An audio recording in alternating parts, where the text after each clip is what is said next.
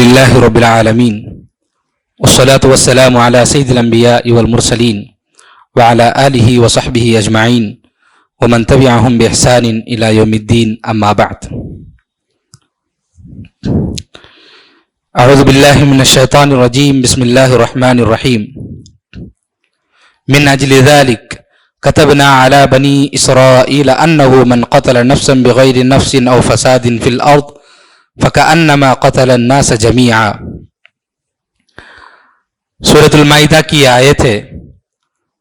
اللہ رب العالمین نے ان آیتوں میں بیان فرمایا ہے کہ اگر کوئی آدمی دنیا میں فساد کے لیے اگر کسی آدمی کا قتل کرتا ہے تو ایک آدمی کا اگر کوئی آدمی قتل کرے تو گویا کہ اس نے پوری انسانیت کا قتل کیا۔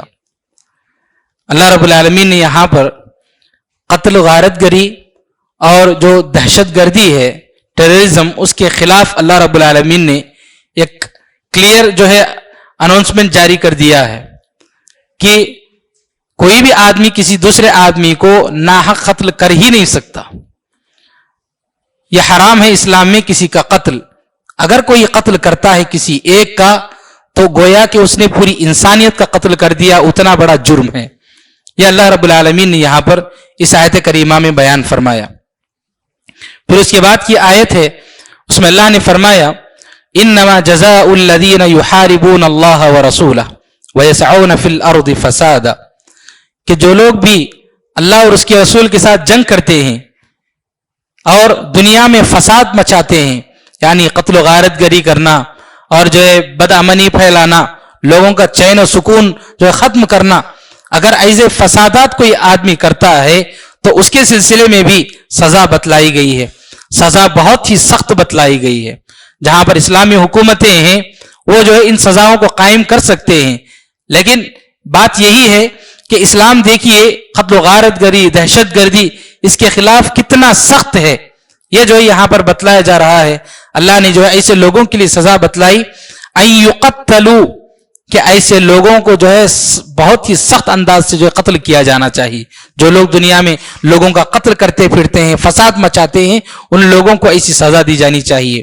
او یصلبوا، اور بہت ہی سختی سے ایسے لوگوں کو سولی پر چڑھایا جانا چاہیے۔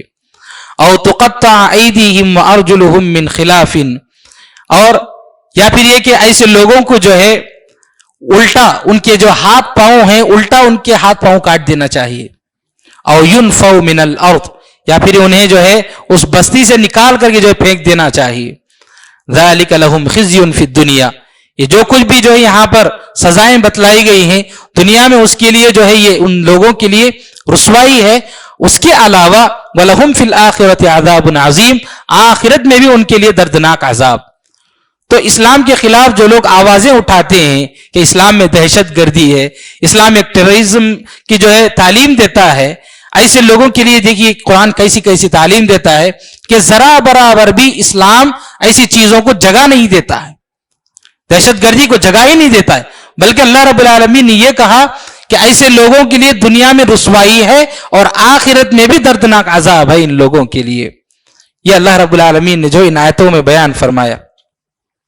اور دیکھیے ایک اور آیت اللہ رب العالمین نے بیان فرمائی والسارق والسارقۃ فاقطعوا ایدیہما، کہ دنیا میں چوری جیسی جرم نہ پایا جائے، اس کی وجہ سے معاشرے میں سکون نہیں ہوتا ہے، چین نہیں ہوتا ہے۔ اگر کوئی آدمی چوری کرتا ہے تو اس کے ہاتھ کاٹ دیے جائیں، یہ کہا گیا۔ اگر اس طرح کے قوانین نافذ ہوتے ہیں تو ظاہر سی بات ہے انسان چوری کرنے کی ہمت نہیں کرے گا، چوری نہیں ہوگی اور معاشرے میں چین و سکون ہوگا۔ یہ بات یہاں پر بتلائی گئی ہے۔ تو اس طرح سے اللہ رب العالمین نے کچھ سزائیں بتلائی ہیں جہاں پر اسلامی حکومتیں ہوتی ہیں وہ قائم کرتی ہیں، لیکن یہی بات ہم بتلا سکتے ہیں کہ ہمارے قرآن اور حدیث میں دیکھیے اسلام کیسی تعلیم دیتا ہے کہ ٹیررزم کے خلاف، دہشت گردی کے خلاف اسلام بہت سخت کھڑے ہوتا ہے، کہیں پر بھی ذرا برابر بھی اس کی تعلیم نہیں دیتا، بلکہ سپورٹ بھی نہیں کرتا ہے۔ یہ ہمیں ان آیتوں سے پتہ چلتا ہے۔ اس کے بعد ایک آیت یہاں پر اللہ رب العالمین نے بیان فرمائی افحکم الجاہلیت یبغون ومن احسن من اللہ۔ دیکھیے اللہ رب العالمین نے اس آیت کریمہ میں بیان فرمایا کہ دنیا میں لوگوں کے پاس بہت سارے مسائل ہوتے ہیں،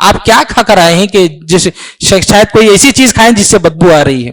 تو انہوں نے بھی کہا حفصہ ہاں مجھے بھی ایسے ہی محسوس ہو رہا ہے. تو اللہ کے نبی صلی اللہ علیہ وسلم نے شہد کھائی تھی جس کی وجہ سے جو کچھ بھی نہیں تھا، لیکن اللہ کے نبی صلی اللہ علیہ وسلم نے سمجھا کہ شاید بدبو آ رہی ہے، تو اللہ کے نبی صلی اللہ علیہ وسلم نے کہا کہ میں اللہ کی قسم کبھی آئندہ شہد نہیں کھاؤں گا.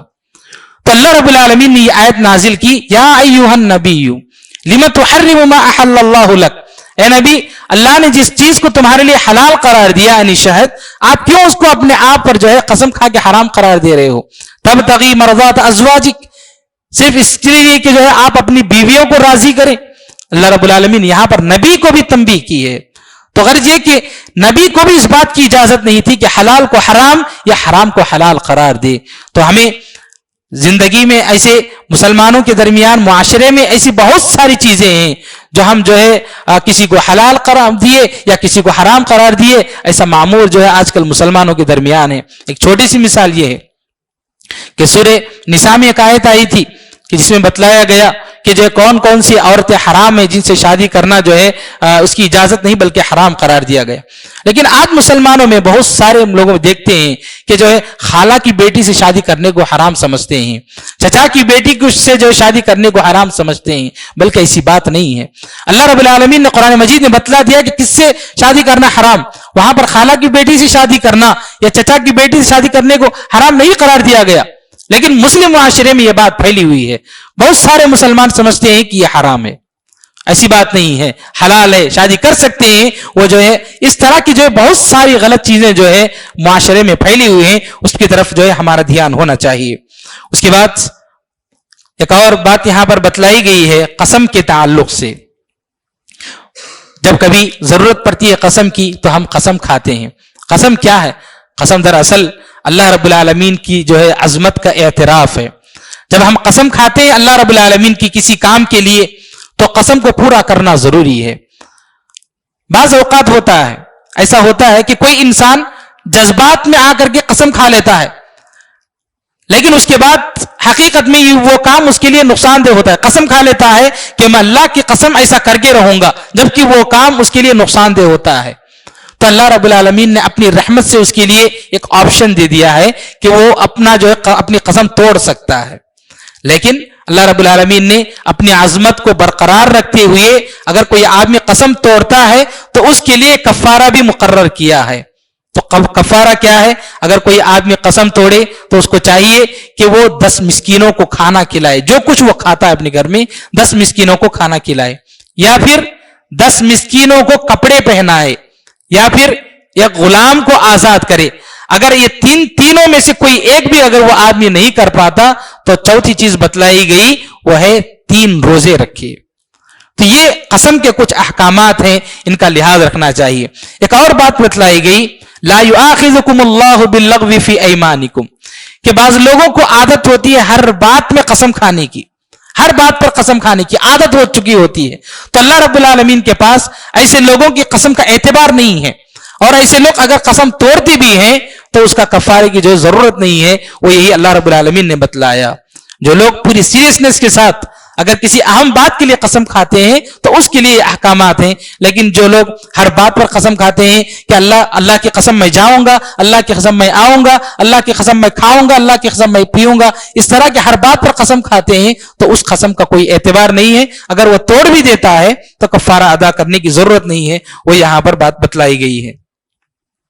اس کے بعد ایک بات اور بتلائی گئی، یہاں پر ایک آیت پیش کی گئی وَإِذَا قِيلَ لَهُمْ تَعَالَوْا إِلَى مَا أَنزَلَ اللَّهُ وَإِلَى الرَّسُولِ، کہ جب اللہ اور اس کے رسول کی طرف بلایا جائے، جب قرآن یا حدیث کی بات جب پیش کی جائے تو پھر وہاں پر شریعت کے خلاف باپ دادا کا رواج یا پھر یہ کہ پیروں مریدوں کا ان کی کوئی بات یا اماموں کی کوئی بات نہیں چل سکتی.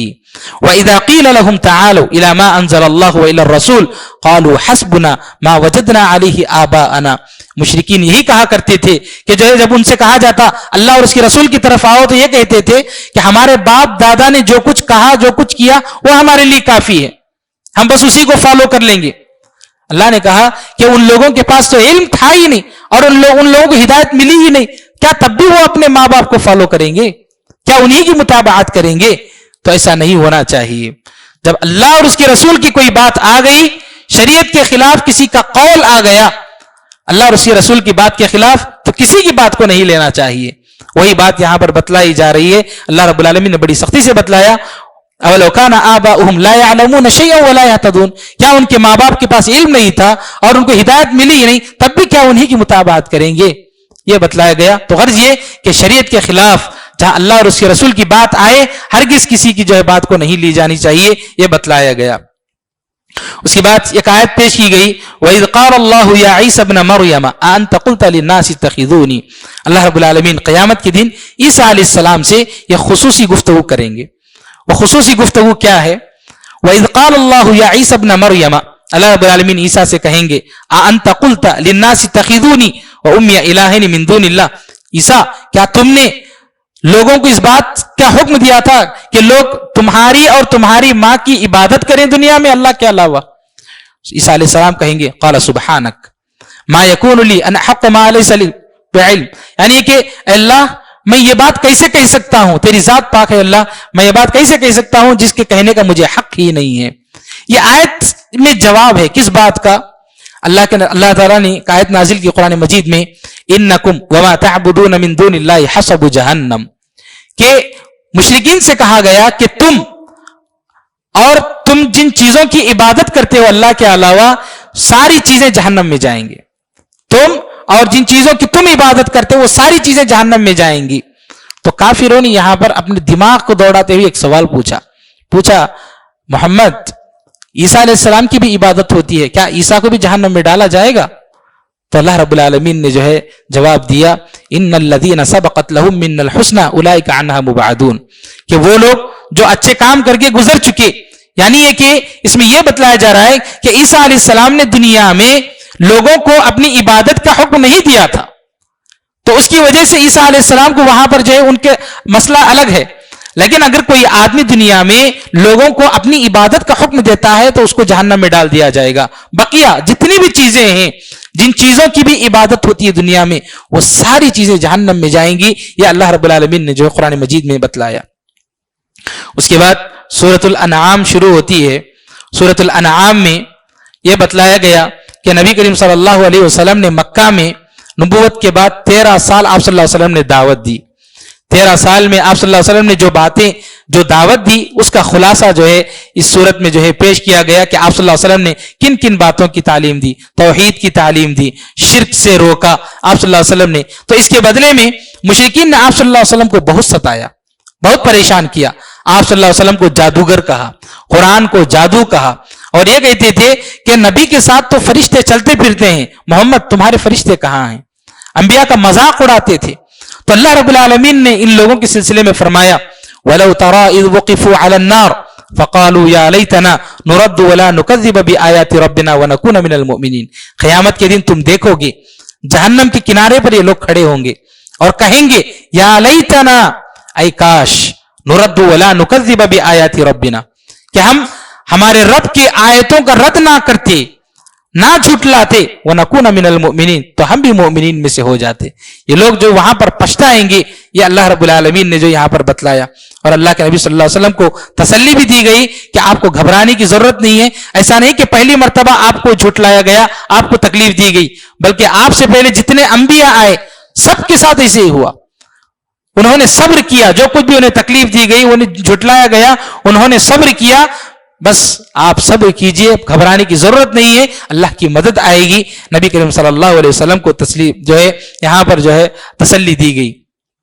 پھر اس کے بعد ابراہیم علیہ السلام کی دعوت کا ایک انوکھا انداز پیش کیا گیا کہ ابراہیم علیہ السلام اپنے دوستوں کے ساتھ بیٹھے ہوئے تھے. ابراہیم علیہ السلام کا ایک انوکھا انداز دعوت دینے کا, توحید کی طرف. ایک ستارہ نکلا, ابراہیم علیہ السلام نے کہا کہ یہ میرا رب ہے. جب وہ ستارہ ڈوب گیا, چاند آ گیا, تو ستارہ جو ہے اس کی روشنی کم ہو گئی, چاند کی روشنی زیادہ ہو گئی. کہا نہیں, یہ چاند میرا رب ہے. جب صبح ہو گئی, چاند کی ڈوبنے کا وقت آ گیا, جب سورج نکل گیا پوری روشنی کے ساتھ, تو کہا نہیں, یہ سورج میرا رب ہے. جب سورج کے غروب ہونے کا وقت آ گیا تو سورج جب غروب ہو گیا تو ابراہیم علیہ الصلوۃ والسلام نے کہا کہ نہیں، یہ میرا رب نہیں ہو سکتا، تم لوگ جو کچھ بھی شرک کر رہے ہو میں اس سے بری ہوں، میں اس اللہ کی عبادت کرتا ہوں جو ان ساری چیزوں کو چلاتا ہے۔ تو ابراہیم علیہ الصلوۃ والسلام نے ایک عجیب انداز سے جو ہے لوگوں کو توحید کی دعوت دی کہ لوگ سوچنے پر مجبور ہو جائیں کہ یہ ساری چیزیں کسی کے تابع ہیں تو کیسے یہ جو ہے معبود ہو سکتی ہیں، یہ بات بتلائی گئی۔ ایک آخری بات 7ویں پارے کے آخر میں کہی گئی، اللہ رب العالمین نے بیان فرمایا وَلَا تَسُبُّوا الَّذِينَ يَدْعُونَ مِن دُونِ اللَّهِ فَيَسُبُّوا اللَّهَ عَدْوًا بِغَيْرِ عِلْمٍ۔ اللہ نے مسلمانوں سے کہا کہ آپ لوگ غیر مسلم جن بتوں کی عبادت کرتے ہیں، کسی بھی چیز کی وہ عبادت کریں، اس چیز کو تم گالی نہ دو، کہا اللہ رب العالمین نے۔ کیوں؟ فَيَسُبُّوا اللَّهَ عَدْوًا بِغَيْرِ عِلْمٍ، پلٹ کر جو ہے وہ لوگ جہالت کی وجہ سے اللہ کو گالی دیں گے۔ آپ لوگ ان کے معبود کو گالی دیں گے تو پلٹ کر وہ لوگ جہالت کی وجہ سے اللہ کو گالی دیں گے، آپ ایسا مت کرو، کہا اللہ رب العالمین۔ جب ہم کوئی بات سمجھاتے ہیں کسی کو، آرام سے نرمی سے سمجھائیں، سخت کلامی کی وجہ سے، سخت زبان کی وجہ سے سامنے والا آدمی گرچہ اس کے پاس علم ہوگا لیکن ہٹ دھرمی کی وجہ سے وہ جو ہے غلط باتوں پر اتر جائے گا۔ اس لیے ہمیں کبھی کسی چیز کو جو ہے جو معبودان باطلہ ہوتے ہیں گالی نہیں دینا چاہیے، بلکہ نبی کریم صلی اللہ علیہ وسلم نے ایک حدیث میں شیطان جو ان کے انسان کا سب سے بڑا دشمن ہے، شیطان کو بھی گالی دینے سے منع فرمایا۔ تو ہمیں اس چیز سے جو ہے احتیاط کرنا چاہیے۔ رب العالمین سے دعا ہے کہ اللہ تعالی ہم سب کو کتاب و سنت کے مطابق زندگی گزارنے کی توفیق نصیب فرمائے۔ رب العالمین ہماری عبادتوں کو قبول فرمائے، اللہ ہمارے روزوں کو قبول فرمائے، اللہ ہماری تراویح کو قبول فرمائے۔ رب العالمین ہمیں سے جو بھی پریشان ہیں اللہ سب کی پریشانیوں کو دور فرمائے، اللہ ہمیں سے جو بھی بیمار ہیں اللہ انہیں شفا کاملہ اور عاجلہ عطا فرما۔ رب العالمین جب تک زندہ رکھ کتاب و سنت کے مطابق زندگی گزارنے اور جب موت آئے خاتم بالخیر فرما۔ آمین وآخر دعوانا ان الحمد للہ رب العالمین۔ ربنا تقبل منا انك انت السميع العليم وتب علينا انك انت التواب الرحيم برحمتك يا ارحم الراحمين والحمد لله رب العالمين۔